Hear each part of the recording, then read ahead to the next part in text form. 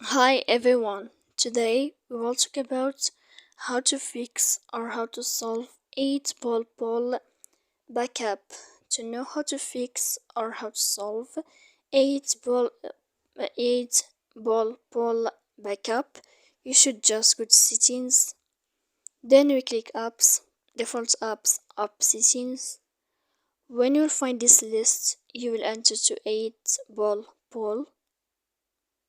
Here in this window of app info, you will click for stop and you will click OK. Then you will enter to this window of storage. After that, we click clear cache. And in the end, you can go to Play Store. You will search about 8-ball ball. When you will find it, you can update your application. So please don't forget to support us by like and subscribe. See you next time.